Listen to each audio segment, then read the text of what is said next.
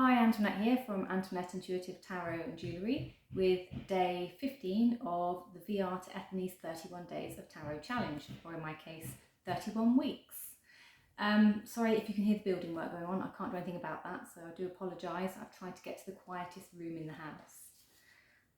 So the prompt for this, I think it is the most memorable moment of 2020. Now, I undertook a class to brush up on some of my tarot skills with the very lovely Julie Rader, who runs a Facebook group called The Book of Shadows.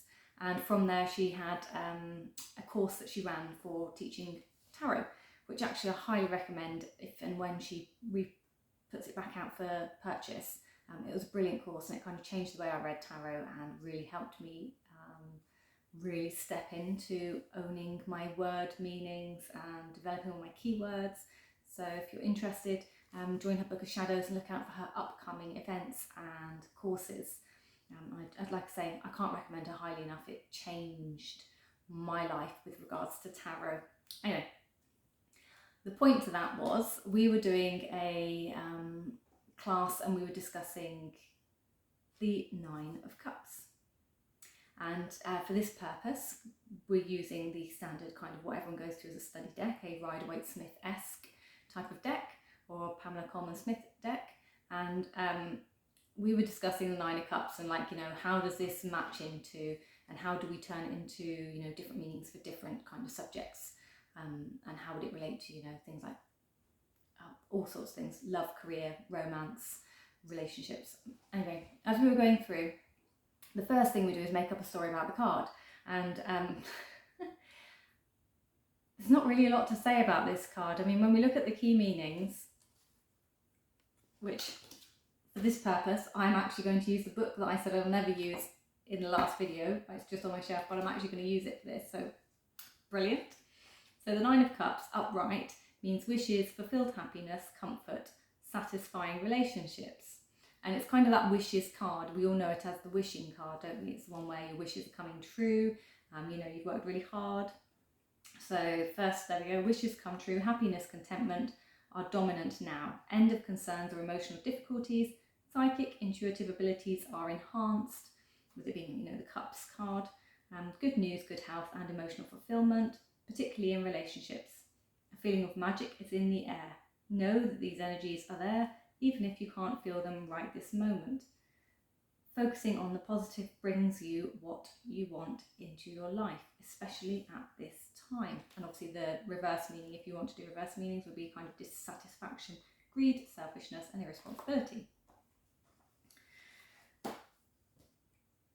So to understand where I'm going with this card, if we start with what I would normally have used, the kind of imagery that I would have used before I picked up that deck, because that was never a deck I ever used. Prior to that, I was using images. This is the Tarot of the She, and I've got the book just so I can read out the actual meaning for this one. So here we go, Make a Wish, which is the Dancer 9, and the keywords are granted, wish, delight, satisfaction, anticipation, excitement. On nights like this, we make a wish. The dancer, she may find her bliss, her dreams like bubbles in the air, held by magic, true and rare. So this is the sort of imagery that I would have been using prior to seeing the deck that we were using as our study deck. And needless to say, there is a very big difference between those two. And this one suddenly seems super boring to me, like uninspired image, really couldn't see a lot in that deck. And being asked, what do I see when I look at this deck? Basically, for the innuendos, which I didn't mean to do because we were on a live, to me this person was sat polishing his brass, shining his brass. And in Britain, for those of you who know, that some of that will translate into innuendos and slang for various other meanings.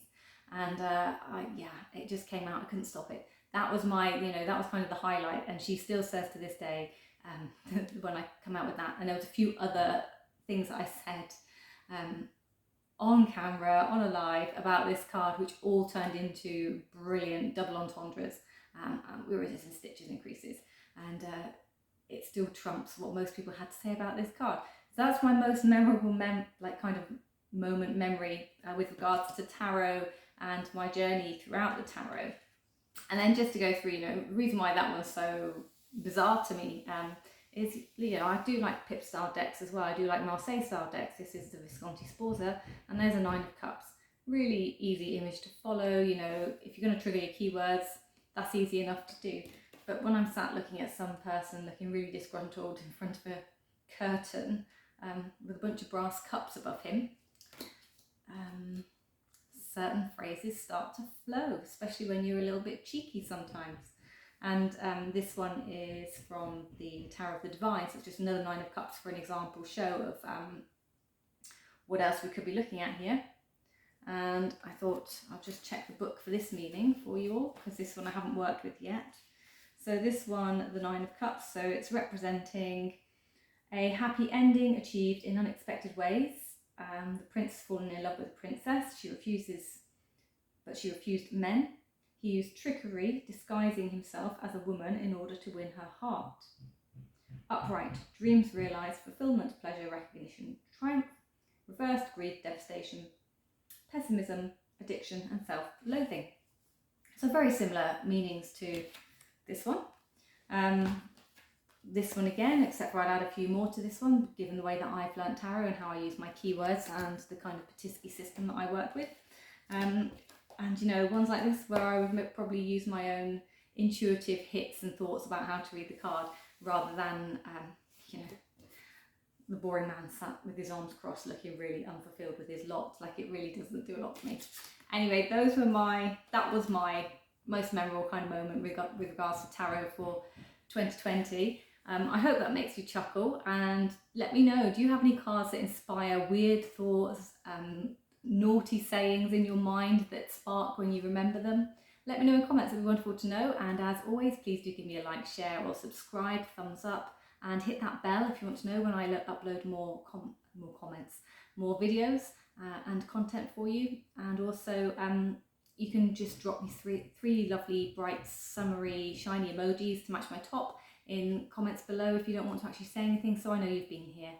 Much appreciated, and have a fantastic rest of the day. Bye bye.